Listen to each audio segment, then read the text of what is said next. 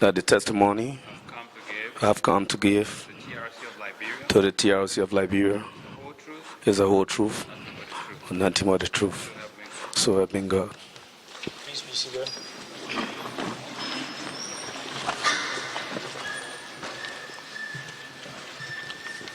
Henry, welcome again. Thank you.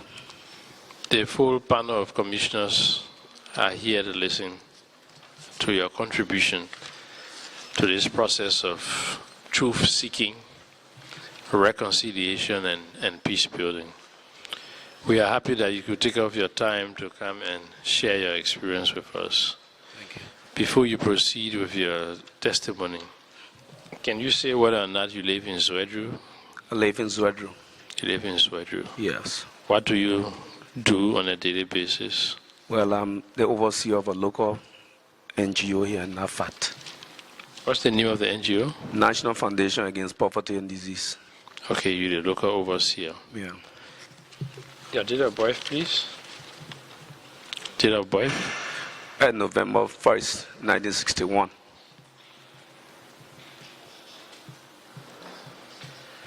Okay. All right. I can start. Commissioner Stewart, Jerome Fredia, Dede Dorope, Gerald Coleman, Omon Sila, Sheikh Kafumakonen.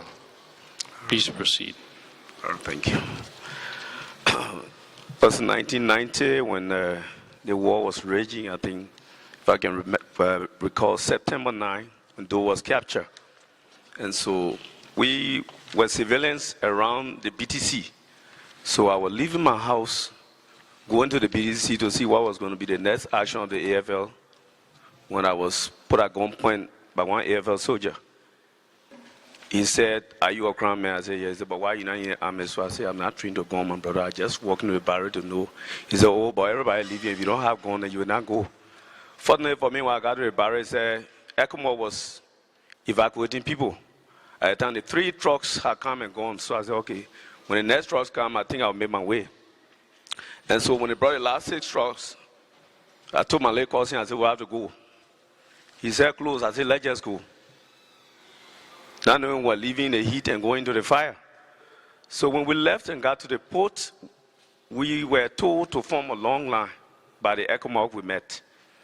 And so they took us straight to the LPMC warehouse. 2 warehouses were occupied.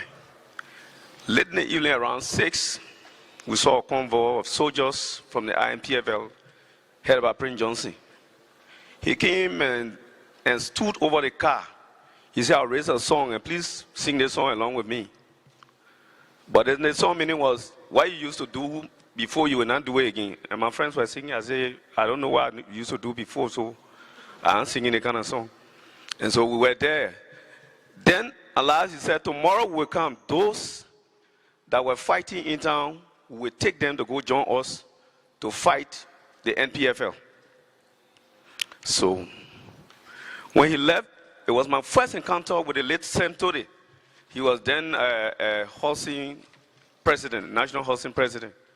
He left, he called me, he said, "Labour, what we came to do here?" So I said, "Oh, the people said they were evacuating us, but unfortunately we came and said, you didn't find ship around." I said, "The thing you see park over there, like a gunboat." So he said, "Okay, but..." And when he came, the Guineans that were guarding us all fled the place. Even when I saw the crew, I was trying to go hide in the bathroom. I saw the other man outside. I looked through the Colombo. I saw the other man with the sisters. So I didn't know the people. If they came to shoot, then let go sit down inside. So they left. The next morning, he got to the place at 10 o'clock. When he came with 2 pickup, 1 bus. He came with a late Larry Milton. He was one of those I could remember that were with him. He came and said, all those that were fighting for the AFL will carry them. So everybody got afraid. They started taking people. They took the late Sam Tode, they took the late Peter Thomas. They took close to 55 persons from the 2 warehouses. And so we said, what is this? So he took that group, and up to today, we can't see any one of them around. Even there was a fellow sitting close to me, a Mandingo fellow, when they said, "Get out," he said, "No, I'm Mandingo man, I said, "What are you looking for?" So get outside. He went to the door and sat down. So he let God told him, said, "Don't go there." He said, so we were there. one general gave from the Gambian contingent. He came and we started explaining the story. So I said, for me, I can't stay here, better get in the street there. And if I'm killed in the street, then it's okay. But when I stay here and you open a way and the men will come and be collecting us in bundles. So he said, okay, I'm going to meet General Quino. He met General Quino, what they didn't discuss. General Quino came back with Prince Johnson, and Prince Johnson told him, say, look, these people are not moving anywhere. If you let them move, I will hold some of your soldier hostage. He said, yes, sir. And Prince Johnson left.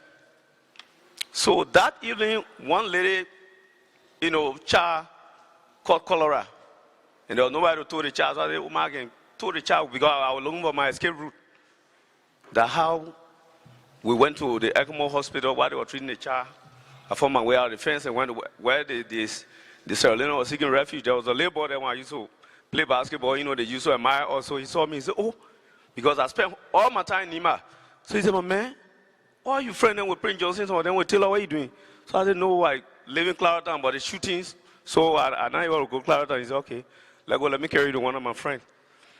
That he carried me to that friend. I stayed, but I was not comfortable with the place.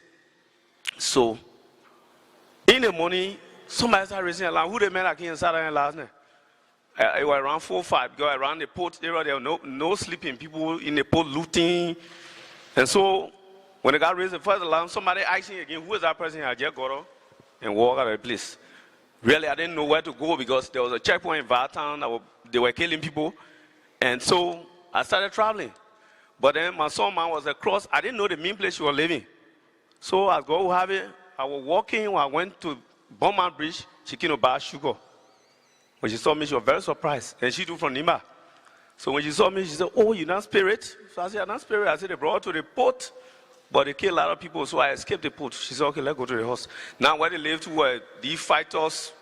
And, so when she took me somewhere and told the guy, I can give you the food, I can give you anything, but let the man stay here. So the guy said, okay. I was there for 1 week. Now the old man who owned the house left the bush and his daughter died from cholera. So everybody escaped that night from the old man. So I said, old man, I will dig. He said, oh, I said, I will dig. But my first time touching David anyway. So I went and dug, and so the hole stabbed me because it was in the swamp behind the house. So I said, oh man, the hole is all right. He said, okay. Went buried the girl, buried the lady because she had 5 children. So he said, what we'll do is that there's a room here, you can bust the door and sleep there as long as you will be across here because what you did for me, I didn't expect it. So I said, okay. The fellow who went up that I went to now, he, started looking for, because he had a girl, he wanted them to spend time together, so I was embarrassing. 5 minutes, you say, my man, people pass it to you looking for crampo. They are staying the whole day. In the night, you say, oh, my man, you can't go around. You're supposed to be walking around. All people listening. At one point, there was one IMPF fighter that was closer to the place. When he loot from the port, he would bring the money. He said, man, I can't check my money. I'll be checking the money. So he made a statement and let it, man.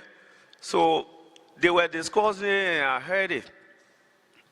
So when I said, David, boy, the way you're talking, right? He said, oh, my man. But the only thing, you got to be walking around. So I said, my man, I told you I didn't even grow up in Grand Gedeh. And besides that, I tell you that I don't in the country, a lot of people know me. So even you and myself on the street, just now, if we pass by 10 persons, 2 persons will know me. So I don't want to go on the street. He said, all right. He went and programmed one guy they call Josephus. He's a big fellow. Josephus came one time and started telling him, man, you're taking risks. You're keeping your crown man, and the crown man being okay, the people in the whole house. I called my son, man, I told her, she said, oh, for true. I said, one pastor girl there, then she said, go to Boston, because the people that do Boston school have been saved taught by Taylor people in Ghanansville. So when you go there, they will not be looking for crown man there. I said, okay.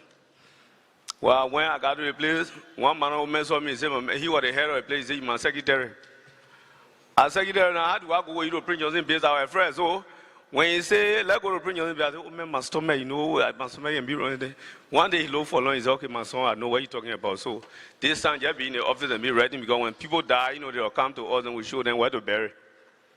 were on that thing until a friend came to me one day and said, man, you will die here because the road is clear. That time, I'm not even seeing that freeway for more than 3 weeks. He said, the road is clear. I said, don't tell me that. He said, the road clear. Even your sisters are asking for you in there, but somebody told me they saw you in Boston, but they didn't reach you. That's how I went left and got on the road. By the time we passed 2-3 persons would know me. My friend, hello, where you living? You know, I went through and went back to BDC. When we got to Johnson Street, you know, Johnson Street down the hill, there was an AFL checkpoint there. When I got there, the guy said, hot. So I said, what happened? He said, you people went to John Prince Johnson, you're coming back home. So I said, fine, that the place I want to die. He said, why? So I said, when you kill me here, it'll be very fun. So just tell me where you're going to kill me, so I will stand there. I said, because if I were to get killed across, most people would not know. But right now, if I drive here, maybe my sister will pass there, they say, okay, our brother died. That he put 2 guys on me. He said, you're carrying him to the beach. When we were going, my cousin car was coming from, you know, UN Drive, right in front of BDC. When he stopped, he said, what are people carrying you? They said, no. The man said he knew people in the bar. I said, no. So he caught them. I just told him, I said, leave them, let them go. And so that's how I went back to BDC. But actually, it was a terrible thing at the port that I saw. That's the end of my story. Thank you, Henry. Yeah, thank you. For sharing your experience with us. You escaped out of a near-death situation, and to be alive and speak for most of those who didn't make it, especially in the port during those days, is the best you can do to memorialize their being and then to shed light on what transpired so that the TRC can understand very well what was happening and that all of us will understand the truth of the operations of these factions, especially at that time across the bridge and at the barracks. Commissioners will ask you questions. And to start with, I want to go back to the port and how you guys were treated. Were some of the people there killed at some point in time? I heard you saying a few of them were adopted, were taken away and never returned. Yes, they were killed. They were killed because according to the story, they didn't even reach them to the Corway base. They were killed right at the Southern Creek Bridge, from what we heard, because they were taken that very day and carried. And that we could, since the war ended, we are not seeing any of them. Can you go over those names again? You call some prominent among them were Peter Thomas, one police man. He was one of the big men in the police force. And the late Sam B. Tode, the housing president. Sam Tobe, right? Tode. Yeah. So that's all you can remember? Yeah, that's the other people I can remember from our side. Because, I mean, it was not only our group of people, you know, there were a whole lot of people because people were trapped to the place there, you know, and that was the only way they could get out. So when they came, in fact, it was Larry who was saying, the people say, I'm the only person that can overthrow those. So I know all those who were lying on me, I would take all of them. And he started, you know, pinpointing people, and they were just taking them out. Did you gather the sense that they were going to kill those people from the way they took them out and all of that? Well, for me, I knew they were going to kill them because the trick was not only done once. He came to the barrier and came by. He got friendly with Doe, and later Doe was killed with over 40 men.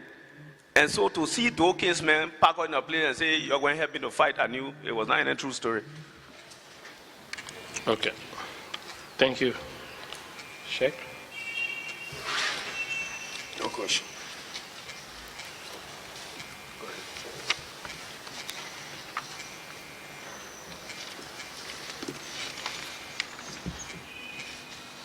Thank you, Mr. Witness. So the people they collected, and they were all men, the 52 person they carry? They were all men. They are all men. Yeah. Thank you. Thank you again. Did you say there was a second bus that came by for more people? Yeah, at that time, I've left the port, but I got a friend called Tommy Sue. They came and collected all, in fact, majority of the boat. This time, they were women and children to carry 2 buses. So when they carried in that time, there was this transition between Dongoyaro and General Quinu. Quinu was leaving and Dongoyaro was coming in.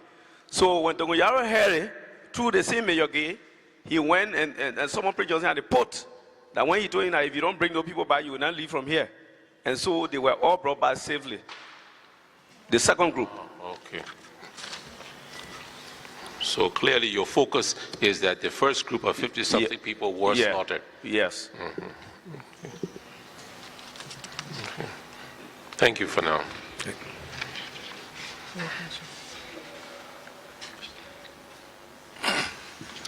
Thank you very much, Henry, Thank you. for throwing light on things we have heard in circles and rumors, but not as from a living witness. Can you remember the date on which this happened? I know that the 9th of September, the late President Doe was taken from the port. Yeah. And he was killed on the 10th. We left on the morning of the 11th of September. It happened on the 12th. The first group of people were taken on the 12th. You left BTC, you mean? We left BDC on the 11th. Then the 11th night, he came, but he didn't carry anyone. The 12th, he came and took those people away. How did you leave BTC to get to the port? It was the ECOMOG soldiers that said they were evacuating us to take us from the country. And so they carried the first 3 trucks and they filled them and brought them to the port. Then they went back with another 6 trucks. One of the trucks are boarded to come to the port. So when we got to the port, they directed us at the FTMC warehouse, where we were posted and were guarded by Guinean soldiers. But by the time Prince Johnson arrived, they were all escaped. Now, this was after Doe had been killed, right? Yes, yes. Immediately after Doe was killed. Who was the ECOMOG officer in charge at the time? General Quino. And you remember who was, you talk about one captain. Yeah, Captain one Modu Mayor Gay? Gay. One Mayor Gay, he's from the Gambian contingent. A tall black man. Yeah.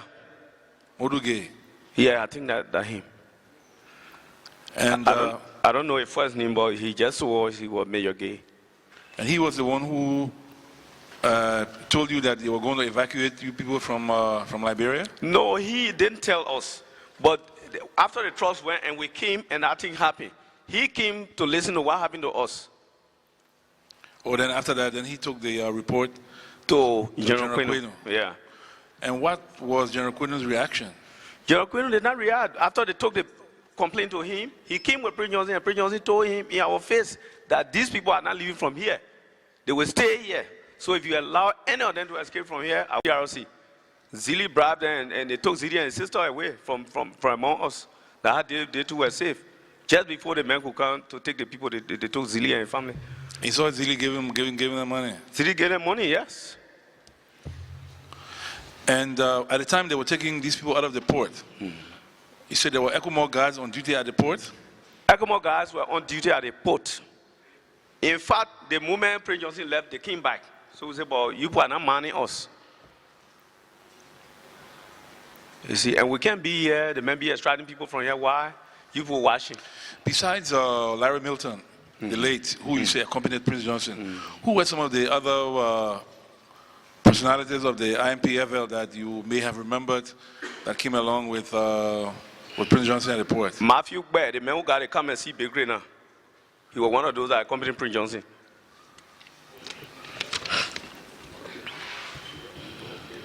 He said the man who what? Was he holding arms? He was holding arm. He was in uniform. In fact, later, the day I left the port, he was the commander at the gate. The main Freeport gate. He was the commander at the gate? Yes. Is there anybody else that you may have remembered? No. There was a guy with the cow tea, you know, and he was a medicine man, pointing at people and know this one was fighting, and he would tell you, get up, but I don't know any. He's still alive? You can see him? No, you have not seen him since? No, I haven't seen him. Come and see the And after those people were taken away and didn't come back, what did General Quino say to you all? Well, I mean, for us, we never had any voice. There was no way to meet Quino directly. You see, it was Gedeh that was between, in fact, at one point, Gedeh even brought food for the people. Oh, God.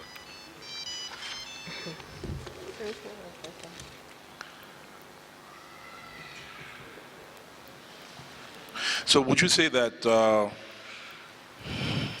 Major Gabe acted in a way that was protective Yes. of Yes. your lives? Yes.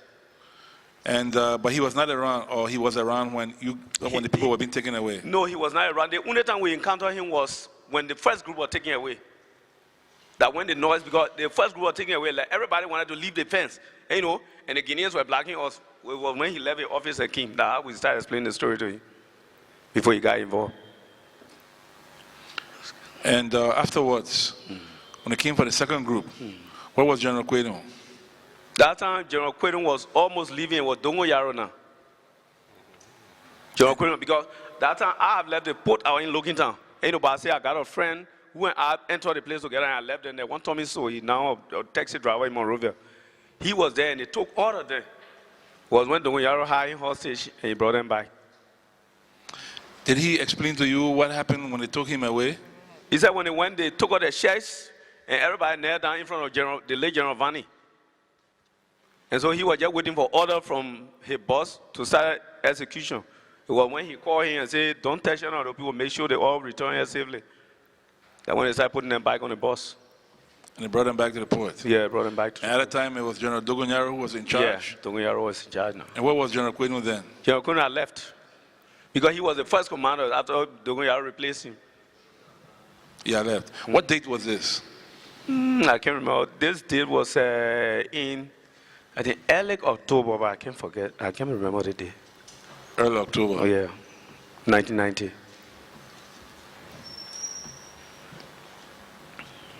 And through your ordeal at the port, you never had the chance to meet any other officer or so from Prince Johnson Base or any others who were accompanying him? Well, no, the only time I met one was the time I was coming out, like they were looting the condensed milk, warehouse.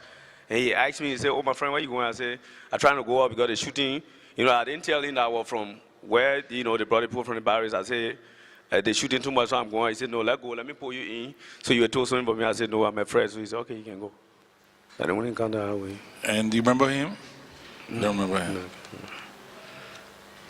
So after General Dogonyaro, but you say you were not there when General Dogonyaro brought those people back. You had already left. I was not there. I was only told by my friend who they also carry here. Okay, thank you very much. Okay. You said at one point in time you used to check the money of this fighter who used to go and loot. Can you remember how much you used to check today on an average? Now 150,000. Every day? Every day. So the least I check at now are 89,000. And he used to give you some? Yeah, sometimes he gave me $500 and we found food. I said, okay.